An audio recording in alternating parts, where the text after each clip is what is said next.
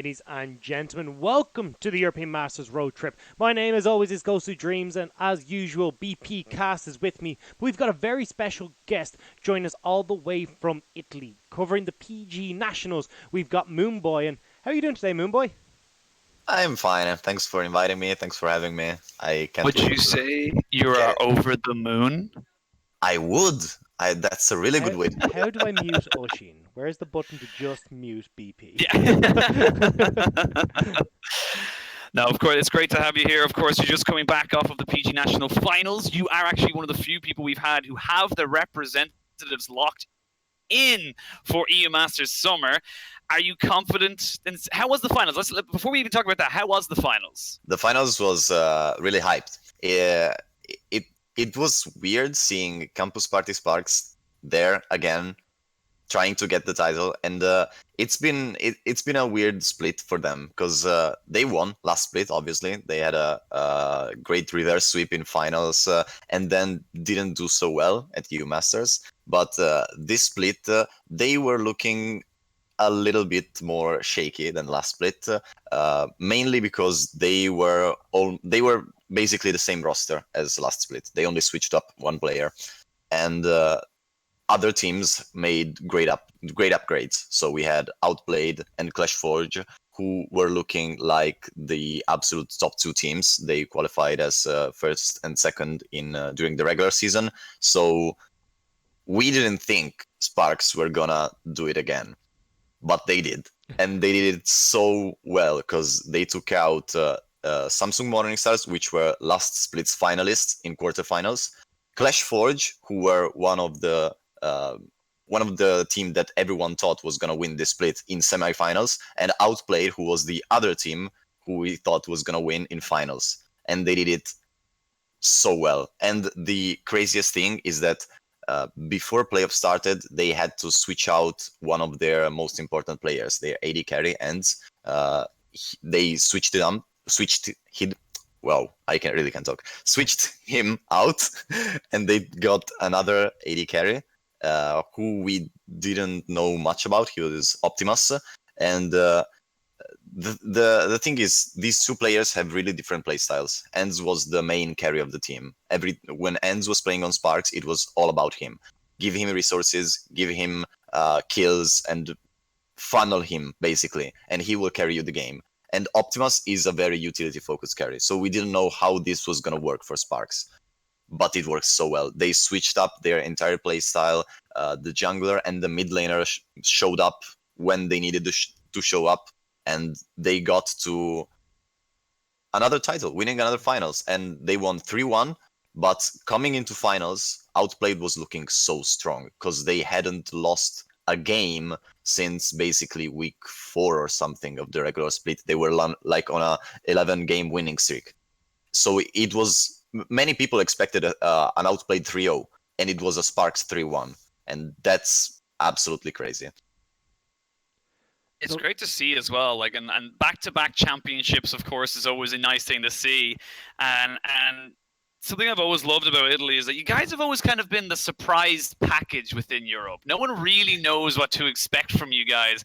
Everyone's like, oh, they're a minor region, they're free win, no problem. And then we had 2018 summer, I think it was summer, where you guys just absolutely popped off with Outplayed, going 3-0 in groups.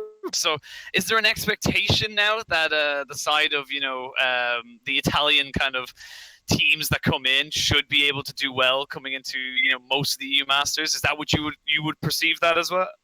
I think Sparks this time have a good chance because they were the team they went in spring, and they didn't do well. They lost 0-3 in groups, so it was really bad for us.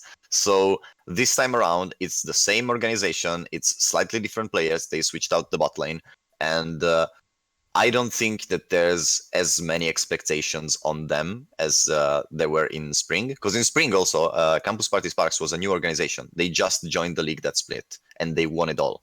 And so now, kind of with the burden of spring EU Masters on their back, and the fact that they weren't even the favorites in PG Nationals to win it all, I think that they don't have that much pressure on them, but they know this time they are good. Because Last split, Sparks, I said, were predictable. They had one play style. They had put everything on ends, and every other player was playing very comfort champions. So once you got to figure them out, it was kind of easy to play around their play style. This time they're a lot more varied. They play utility carries in the bot lane. Their mid laner is playing a lot more carries. Their jungler is playing out of his mind. He can play anything. He can play early game junglers. He can play fighters. He can play tanks, engages. Their top laner, Acidi, is I love that guy because his main champion is Ornn. He plays mostly Ornn. And every patch, doesn't matter the meta, doesn't matter who are the strongest top laners. He plays Ornn, he plays Sion, Urgot, Gangplank, these champions that don't need a lot of attention up in the top lane. And the craziest thing about him is every time he plays Ornn, he solo kills his enemy in lane. Every single time. That's nuts. Because I was watching a little bit of the stuff from the finals, and it just like I saw the Oran locked in, and then I was like, wait, this dude is actually nuts on this champion. He's Yeah. doing so well.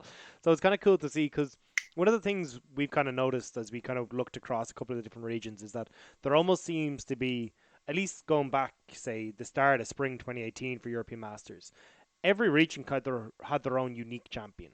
It was kind of like one thing that they did really well or a certain style, but we're starting to see now. I think maybe as a result of European Masters, maybe I'm wrong with that, but everyone seems to be reaching a higher level, and now there's much more of a convergence in around what seems to be the meta pick or the strongest picks at the moment. So it's cool to see these guys who can come out and have absolutely stellar performances on champions we don't expect, like the Urgot and the Scions and the Orns, because he looked really, really strong in the finals.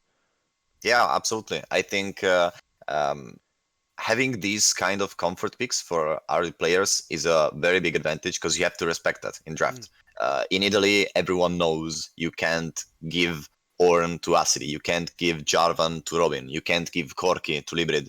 And if you do, you have to play around it. They're gonna be a huge threat in the game, but they also can play standard meta stuff. Like Yeah. actually, if you take Ornn off a tank, I mean Acid of Ornn off a tank, he can still play a huge pick for Campus Party Sparks. This split was Karma.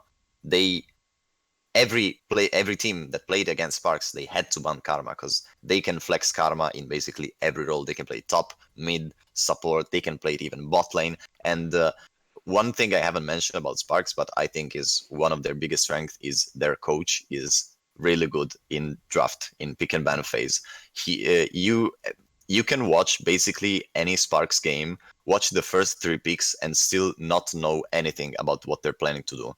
They have huge flex pick potential. They play many champions in many different lanes, and he loves doing these mind games in draft. He loves first picking Lux and then sending it into the mid lane and all these kinds of crazy stuff. Even when I was casting the semifinals, I remember 2 games he picked Tom Kench in first rotation, and I was sweating because I knew that he could put that Tom Kench top, but I didn't want to say it because it's crazy.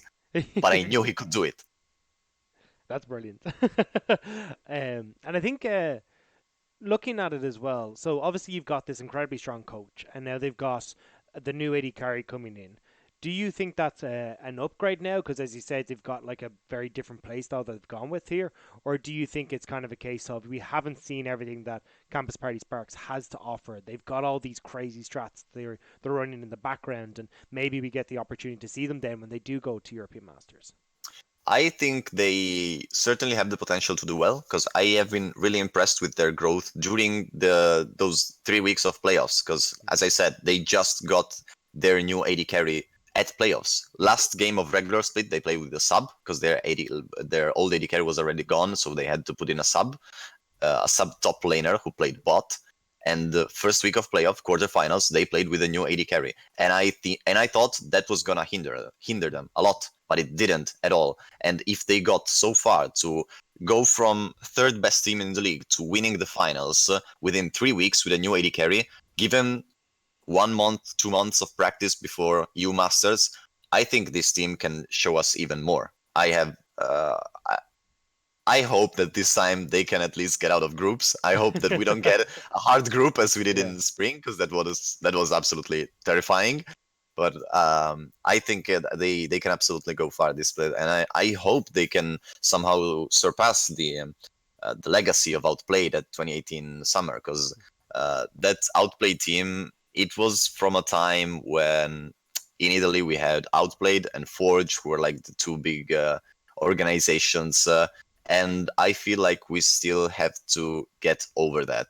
The fact that Outplayed and Forge, now Clash Forge, are still two of the top teams in Italy means their organization works really well, but I think there's still like this ghost of teams past that haunts us, and we as a community, as the Italian esports community, a lot of people feel like with that iteration of Outplayed or Forge, we peaked and we couldn't get higher than that. And I hope to see Sparks completely prove those people wrong and smash expectations.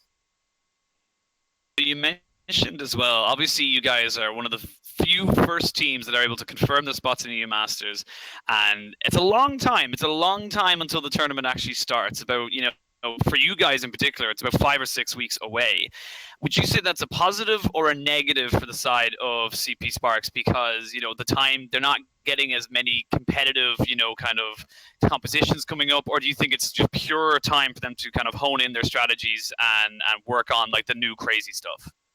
I think that's an interesting question. I think that it could help them because they are a team that benefits a lot from practice and from experimenting with new stuff. So the fact that we started playoffs pretty early, so we had the whole playoffs played in 9/13, and I was talking to the players and the coach of Sparks, and he told me it was getting a bit annoying at the end because they couldn't find any team to scrim who wanted to scrim on 9/13.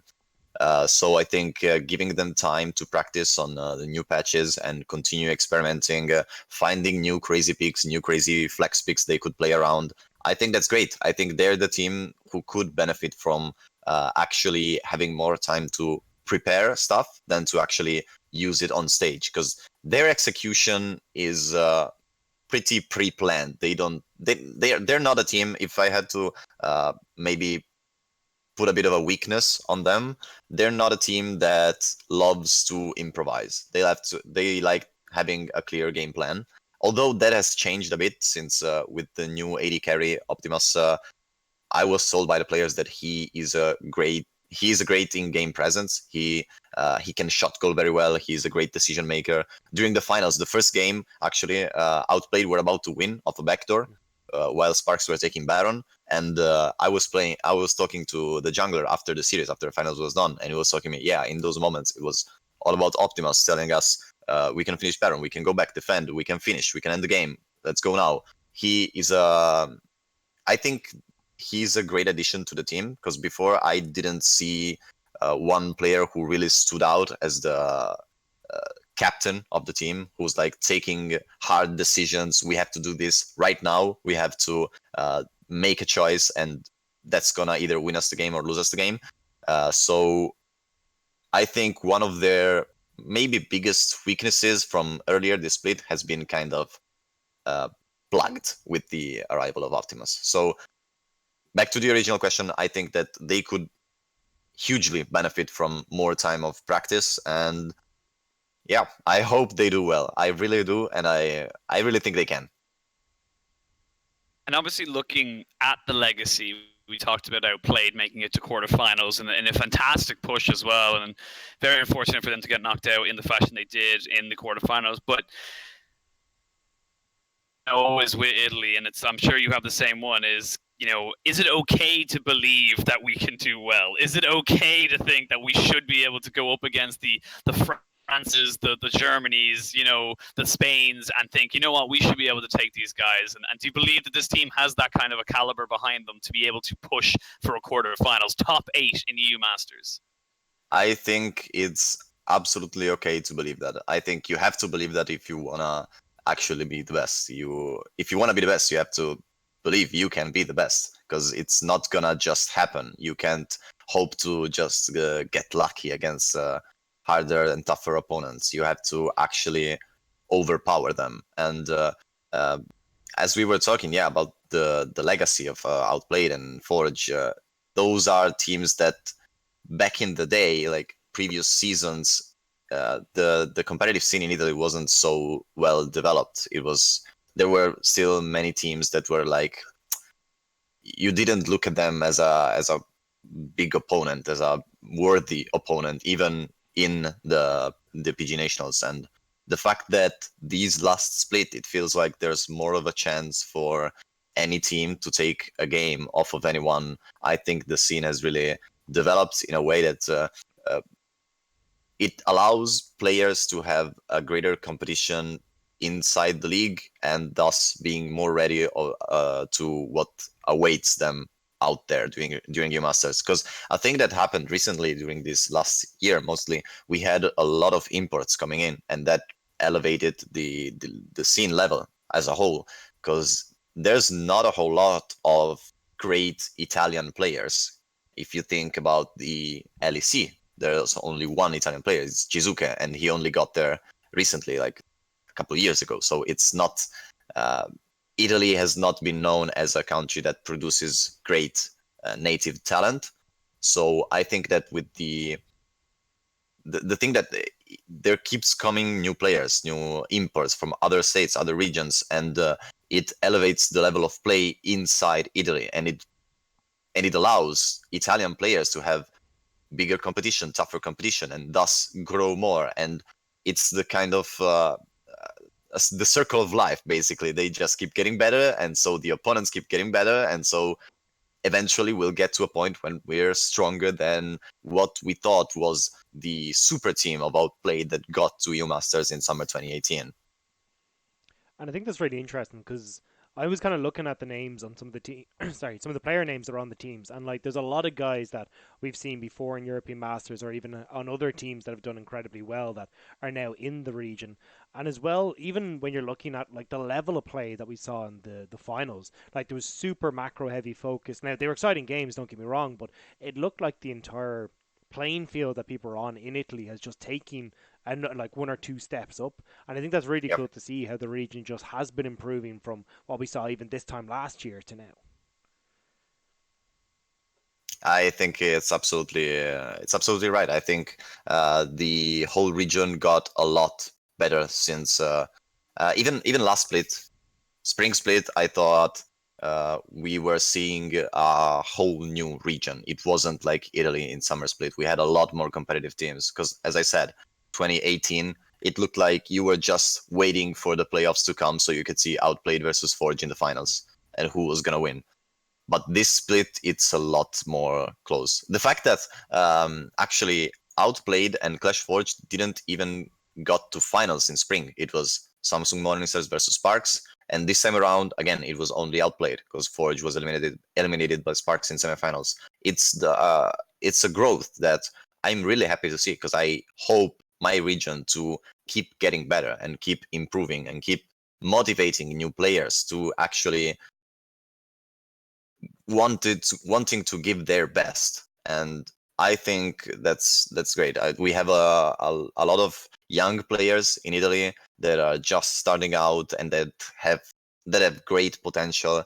We have many teams have like these academy teams, like teams with younger players that they coach and they train to maybe one day fight for a spot in the PG Nationals. And I really hope that I keep seeing. The thing is, obviously, I want more and more Italian native players to get better, but I also want more imports to come in to elevate the competition. And I think we have to find like a balance to where the imports that come in and elevate the competition are a fixed number. Like, it's okay, the competition now is this strong, but now just from the Italian players that keep getting better, you can have that strong competition. You can get better among yourselves. I get what you're saying, and something that kind of like we talked about this with Broken Shard as well during the Doc Regions podcast as well, about how more players come in, more kind of talent jumps into these leagues to try and create a more competitive scene. But you did touch on native Italian players. Is it a worry that we're seeing a lot more imports and not kind of growing the native Italian players for you, or is that just kind of part and parcel as to how you have to improve your league? I'm not worried about getting more imports. I think there's been a community lashback, kinda. Many fans didn't like it when you just tuned into the PG Nationals and watched the team, and their roster had no Italian player, like not one player who was born and raised in Italy, and that's like a country pride thing that I can understand, but I think at this point our main goal is, like I said, to elevate the competition. And if teams want to invest in strong players and they want to try to win the competition, and the thing is, you are absolutely allowed to do it. Why shouldn't you do it? Like, it's some teams maybe have this like pride thing that they don't want to just buy players and win with those players coming from the outside, but the last splits show that you can buy players, you can get a team full of imports, and you still don't win. It's not that easy. It's not like you can buy success. You have to buy the players and then invest in them. You have to. Recently, last split, we had many gaming houses pop out in Italy, which wasn't a thing until this year. So the teams who had the gaming houses and who had the structure to grow a team, not only as players, but as a team as a whole, are the teams that got into the top 4 last split and this split. They just keep getting better, and that's what I want to see. I want to see new imports come in as long as they're strong players who can challenge other players and motivate them to improve. And I want to see new Italian players, young players. We have a lot of those who put in the time, and I want to see teams and organization invest in those young players, especially because I think this split we had the team that qualified as second to last, so they will be facing relegation soon. They had this 16-year-old support player, and I casted his game during the promotion to summer, so the games that got them into the league. And I saw him play, and I thought he was. I didn't know much about him. I thought he was like. If you told me he was an import coming in from Poland or whatever, I would have totally believed you. He moved in a way. He threw his skill shots in a way that made me think this guy is a player who has that X factor, this talent. Almost like it seemed like he had experience, so much experience. And then I found out he's a 16-year-old kid from Italy.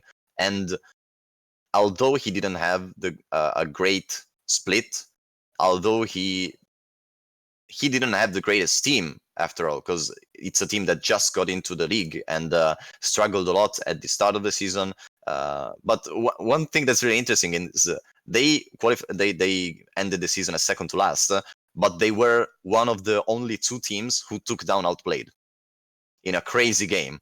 And I want to see more guys like him, more guys like that 16-year-old kid. Just organization, look at those guys, invest in them, help them grow, because that kid now is 16 and he's playing like this, and maybe he gets second to last in the regular season. But 2 years from now, I think that guy could totally be in LEC if he gets the right training, if he gets the right competition and the right people following him. Then what do you kind of see is the next steps for the Italian region? Now, obviously, you're looking at, you just said gaming houses are coming in. You've obviously got some fantastic coaching staff as well. We kind of touched on that for a little bit. But what do you think needs to be the next couple of steps so then you are seeing these Italian guys getting invested in and really hitting that big stage?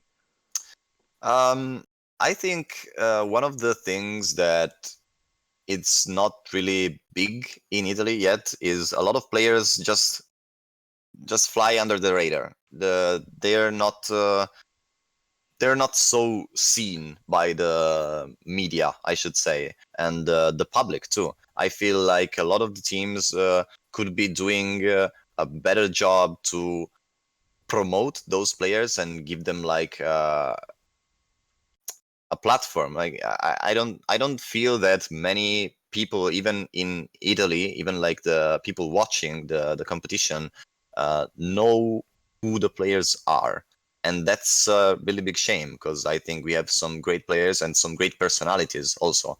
And if they, if the players and the teams were better at communicating with the audience and letting them know who the players are, getting the audience to know the players and the coaches and the people inside the organizations, I feel like it would help grow the scene so that we're not just a minor region at U Masters. I think that's one of the things too that helps in creating that illusion, because we're a minor region because we don't have much viewership, or we don't have many followers. We don't not a lot of people just look at us. I don't think there's many people. For example, there's a lot of people that obviously watch the LVP even if they're not Spanish.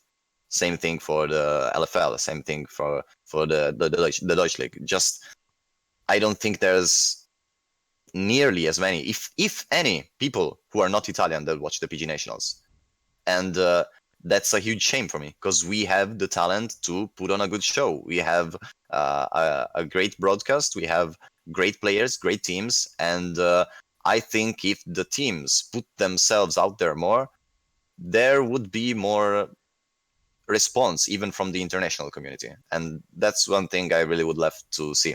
And where do you kind of feel that exposure should come from? Is it a case of like the teams putting out more content? Is it, you know, being more available for interviews, or, you know, stuff like show reels and stuff that you can put on during the show? Like, where do you think you can try and expand on the exposure that is there? I think that the Italian scene is young enough that the teams didn't really get yet to the place where they put out enough content or do a good enough job to reach those outer layers of the spectatorship. I think it's perfectly legitimate. Like I said, the scene in Italy is really young. The first PG Nationals was 2018 spring. So, and we had other tournaments before that, but they were not in the official, like recognized by the official Riot and everything else. So basically, I think it's the next step. I'm not blaming teams for not having gotten there yet. I think they will, and I think that's the thing that will push us a bit over the edge. Because yeah, like seeing some of the plays that are there, like even just having a few of them that would pop up as like a top 5 or something like that, like they are pretty intense. So I know to get a few of them out and about, I think definitely you'd have a lot more people looking at the PG Nationals and going, this is definitely a region to keep we an have eye we on. have some really insane players. There's the outplayed jungler Ekas. He's a young prodigy. He came in last split. He was playing in Cyberground last split. He's a super young kid. He's a super aggressive jungler. He likes to play like Lee Sin. And this split actually, I remember one week we had to, every week we like take out some highlight plays to publish them on socials. And I was looking through some clips of the weekend. And in this one game, he was playing Lee Sin, and he got like an insane combo, like a ward hop kick into 5 people, like a full strike. And I was looking at the player, that's absolutely insane. And we couldn't choose that because they lost the fight. Oh And it would just no. look so bad. But you can see, even if it's not perfectly refined, that the mechanical skill on many players in our league is so high.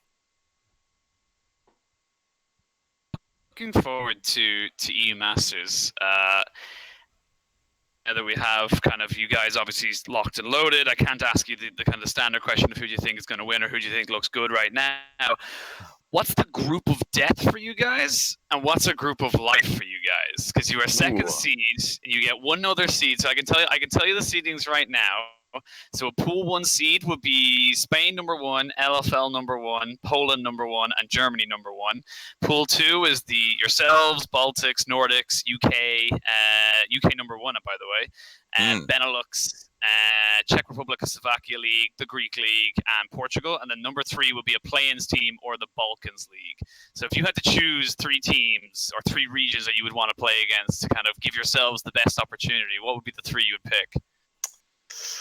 That's a tough question. Yeah, it's gonna take you a while. Yeah, You're gonna have to make some hard decisions. I'm on the Wikipedia page. So don't be afraid France to talk bad about everyone. Like you can do that as well. Just oh yeah, France absolutely, is terrible. absolutely. Spain's terrible. Yeah, they're all crap. No, but France already qualified LDLC, and Greece already qualified WLG. So that's the only teams we know are gonna be there. I think we could take Greece pretty easily. There's a bit of a rivalry with like personally myself and Greece, because one of the former casters of EU went on to coach WLG. So he's not a bit of a history. He's not coaching them anymore, but last split when they got to EU Masters he was. And so it's like, even if he's not there anymore, I would really like to see a competition between them, because like this rivalry, I like that. And I think you have to pick a Pool 1 and a Pool 3 now. Yeah, I think LDLC looked pretty terrifying, so I wouldn't want to face them. Maybe honestly, I don't think LVP looked as great this split as they've looked in the past. So maybe we could squeak out some wins against them. So I'd go for LVP. Only need to squeak out the 1. It's only 3 games. Yeah, that's right. So yeah, actually, and we could still qualify even if we don't beat them. So we just have to beat them. And let's see, someone from the plains. I think it would feel good to beat Vitality B, just because Vitality is Jizuke's team, and okay, kind of a weird vendetta. Yeah, I'm going full rivalry on this one. I want to beat the Italian coach and the Italian players team. That's it. Oh, actually, there's an Italian player in Mouse Esports in Germany, so maybe that one too. So yeah, maybe take out the LVP and take Mouse. If they're playing this team, then obviously go with that one. All right, I like it. I like the idea of kind of keeping it very rivalry based, just so you can prove everyone wrong and say, no, we're here to stay. Absolutely. So, coming in, obviously, we've talked at length about how you feel like the PG Nats has a lot of potential, definitely has some plays in there that could work out in their favor. They've got a lot of time. You think it's going to be to their advantage. What is a successful EU Masters campaign for the CP Sparks? Like, is it 1 win in groups? Is it 3 wins? Is it quarterfinals? Is it semifinal? What is a successful campaign, and what would you consider to be a disappointing run? I think personally, the community, I think, would accept a couple wins in groups, and just because last time they went 0-3, so they just want to see something out of them. But I know the team, I know the players, I know the coach. I know they're not gonna be satisfied unless they get out of groups. I know they're gonna be hungry for success, and I would say that matching Outplayed's legendary run would be a good success. But I think actually we could do one better. We could just go to semifinals. I think I really believed in these guys. I think Sparks are a team that shines when there's not much pressure on them, when everyone gives them as losers. So last time, I think they were going into EU Masters pretty hyped that they just won the title in their first split. So that weighed a bit upon them. And this time, I think that, yeah, they're going to have that hype that they just knocked out ClashForge and Outplayed to get to EU Masters. But they also remember the lessons that they learned in spring, and they're not going to go 0-3 again. I can guarantee you that. And what do you think is going to be kind of the something special that Italy brings to the European Masters that means that they're going to get to the semi-finals? Because you kind of touched on, the cool drafts that this team has. They've got strong junglers, they've got a super shot caller in the bottom lane now as well. So what do you feel is the special something, the special sauce that Italy brings that's going to bring them to the semi-finals of European Masters? I think the fact that Italy is so often undervalued is a great thing, because Sparks is a team. If you look at their games, they're not usually a team that just takes off in the early game and beats you to death with their lead. They just kind of, you get to the mid game and suddenly you're like, wait, why are they 2k gold ahead? Why are we losing every fight? Their win condition kind of creeps up on you, and maybe it just slowly gets to a point when then it explodes. They're not a team, this split, who I'm gonna go look at their stats right now, but they have plus 500 goal differential at 15, which is not huge, not even compared to last split. Last split they were a lot more focused on early game. I think the fact that they have, as I said, they have a huge versatility in draft. I'm already telling you, when you're gonna be watching their drafts, you're gonna see the first 3 picks and you're gonna have some questions. You're gonna have a lot of questions. You're not gonna be full of answers. That's one thing I'm sure of. And I think the fact that they are a team that gives the enemy the illusion that the enemy is winning, but they actually are keeping all the control of the game. And that's one thing they used a lot in the regular split, this split, because so many games, even looking back, even thinking back about the split, I'm like, yeah, Sparks didn't do so well this split, but that's only because they haven't looked insane in the wins that they've had. But looking back at their track record, they only lost 1, 2, 3, 4, 5 games, and the 5th was the last game of the split, which was when nothing mattered, and they played Karthus, Sorakabot, and weird stuff like that. And the enemies tryharded, by the way. They played Zaira Khan, so that's not that's not cool. Okay, 4 losses. Yeah, 4 losses, 4 fair losses, and yeah, I think that just the fact that they have this huge versatility, mainly around the fact that their jungler can play so much different things. He's insane on Jarvan. His name is Robin the Fourth. And there's a reason why they call him Robin the Fourth, because this Jarvan is insane. But he can play Olaf. He can play aggressive junglers from early game. He can play tank junglers, Sejuani, engages, Gragas, disengages. He's the guy that just.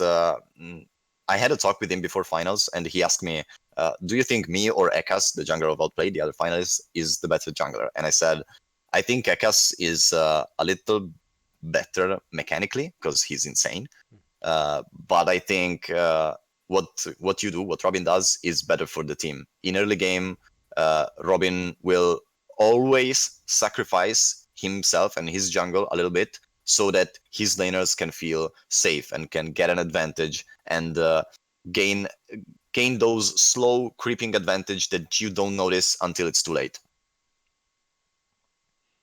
So, big concern, obviously, in the regular season. 1 loss within EU Masters group stage. There is only 3 games.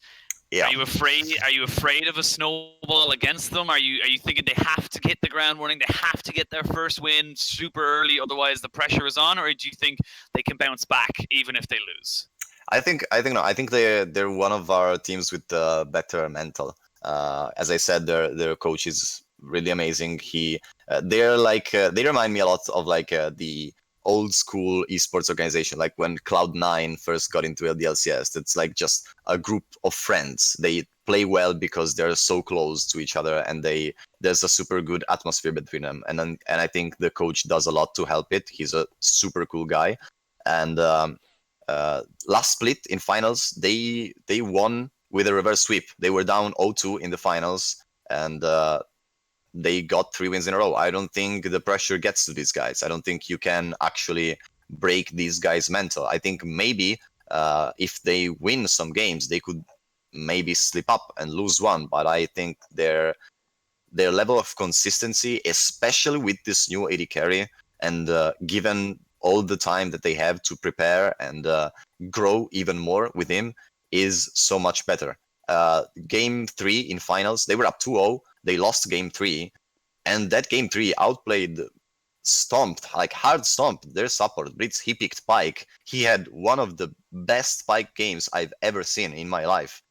And they still came out swinging in game 4 like that game 3 never even happened. I don't think these guys suffer pressure. I think they can completely reset from one game to another. And sure, if you lose the first game, that means you have to win the other 2. If you lose the first 2 games, that means you're probably out.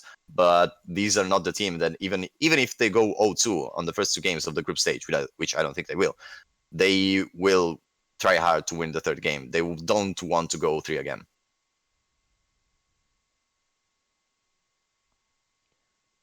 Yeah, I think looking at the way that they're playing in the finals, at least, I don't think it's a team that will go 0-3, not even close. I genuinely think Italy this year really does have a chance of making a run for it.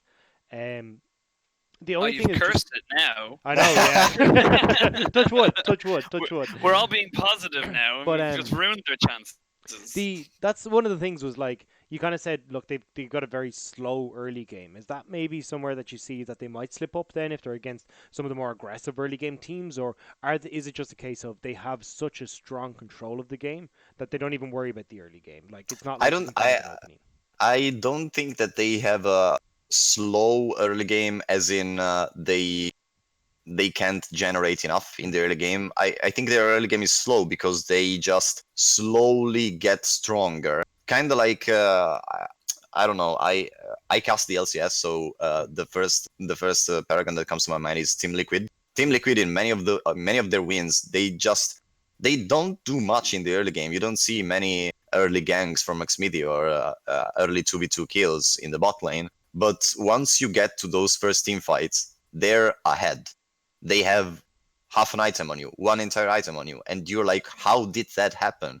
And I think Sparks in many ways is like that. They don't necessarily are explosive in the early game, but I don't think that they are weak in the early game. They are just slowly ramping up to the mid game and to the late game. I think the fact that all these players have some pick in their arsenal that they are super comfortable on, and they will not lose their lane. They will not give the enemy much ground to actually prevail over them. I think that I just hope we see an Oren pick in the EU Masters. If I see Oren pick, I know we're winning that game, so yeah. I'm not worried. Regardless of meta, just pick Oren. Yeah, honestly. And just like, obviously kind of like building upon that kind of, they have the control and stuff. If they do come up against some of these, and like, let's, we call a spade, the bigger teams, the LEC sister teams and stuff like that, who do have the capabilities of being able to, take a game and run with it. Do you see that as more of a kind of like every now and again kind of thing? Like it will happen once or twice, or do you see that like, they will have some serious issues against some, big talented players coming in? Well, I think that as I mentioned earlier, we had a lot of new players and imports and strong players coming in this split. I think if you wanna beat Sparks, you can't try to overcome them with mechanics and skill alone. I think if you wanna beat Sparks, you have to beat them as a team. And maybe, some of these LEC sister teams that have big organizations behind them, that have great preparation behind them, can match them and overcome Sparks as a team. But I honestly think Sparks have that spark, that's something extra, that with their weird picks that sometimes you just don't expect. This is actually insane. I know I'm talking a lot about Acidi, the top laner, but this is actually insane. he played Pike top after the Pike changes. And he absolutely destroyed the game. This team, they don't stop at like what's the meta, what's ideal for the game. They think about the game like what's ideal for us. They have like they don't play by the rules, basically. They just want to find out what works for them, even if it's not something that the other team says, okay, this is the most optimal way to play. And so when they pick Pike after the Pike changes, the enemy team is like, what the hell are they doing? This is not a good pick. And they just make it work really well. And that's the kind of the thing that you don't expect from them, is that they might look like they're playing with a disadvantage, but that's compared to your sense of the game. To their sense of the game, they're the ones with the advantage. They know how to play that way. They play those weird champions. They play Pike top after the changes. They play Ziggs in the mid lane and will rush down your tier 1 and tier 2 mid turret before the 20-minute mark. And you just have to deal with that during the game. And that's one of the reasons why I think that you have to take them on as a team, because you can't rely on the individual skill of players when it comes to adapting during the game. You have to prepare for that. And if you're not prepared, you're gonna be trampled. One last question, and then Rob can say whatever he wants to say. If you guys get an okay group, not easy, not hard, just okay. Yeah.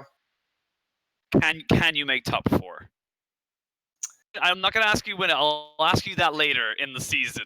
But can you make top 4 if you get an okay group? Can you beat the best placement an Italian team has ever done? Yeah, I think we can. I think if we don't get a group of death, like in spring, we can easily get out of the group. And I have seen enough of Sparks in best of 5s, and many times, last split especially, I've doubted them, and I've learned you can never doubt Sparks in best of 5s. And that's why this split, when we were doing predictions, I always put Sparks. I put Sparks versus Clash Forge. Clash Forge are the favorites. They're going to win. Everyone votes Clash Forge. I know Sparks are going to win. I put Sparks. I got the points. Finals, outplayed. They haven't lost a game in like 6 weeks. Of course they're going to win. I put Sparks. Sparks won. I'm the first in predictions at the end of the split. That's the reason. I think you can never... Getting out of the groups is the hard part. Because it takes one mistake in group and your run is over. If we get an okay group, I think Sparks can pretty easily take down maybe the bottom 2 other teams. Yeah, if we get like LDLC, some other tier 1, we can drop a game to them. I'm confident that we can beat the other representatives. If we get to a best of 5, I think if not maybe beat, we can easily take games in best of 5s against top teams from EU Masters. I think top 4 is definitely a possibility, and as I said, I'm most worried about the group phase, because it just takes one mistake. It just takes one player gets caught in a game against the bottom team and you lose that game and you're out. So that's too much of it's too little of a margin for error.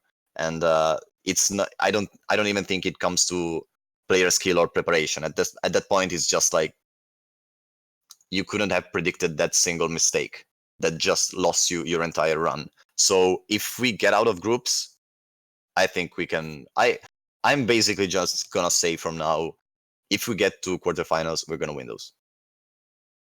Okay, I'm happy with that. Rob, if you have anything else, of course, go on ahead. I do not control the podcast. I'm afraid of how in-depth this question might be, but it's one that I kind of wanted to ask, because we've seen Italy becoming much, much stronger. And in your mind, when does Italy stop being the minor region and really becomes one of the major regions for League of Legends in Europe? Because it seems like with how quickly you guys are improving, it seems more like a matter of time than if it happens. Yeah, I agree. That's the exact answer I would have given. It's not anymore will ever Italy become major region is when will it become.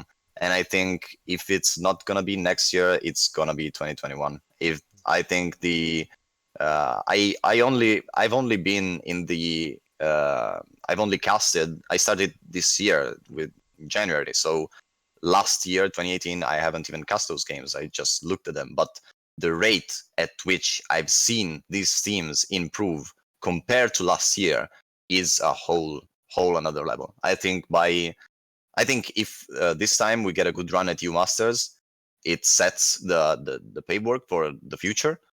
I think if it's not this time, it will be the next time. And 2021 is like the worst possible option, because I'm 98% sure we're gonna get there before that.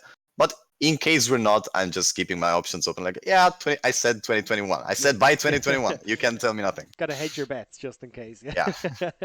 Well, look, Moonboi, thank you very much for joining us and filling us. Thank you for having me. Yeah, of course, it was a pleasure. I mean, definitely have a much better understanding now of the PG Nationals and what we can expect from Sparks as well as they come in towards European Masters. But that is all we have time for today. Make sure that you are joining us tomorrow, where we'll be back with another podcast. But thank you very much for joining us this afternoon. I hope you have a wonderful evening, and we'll catch you next time for the European Masters Road Trip.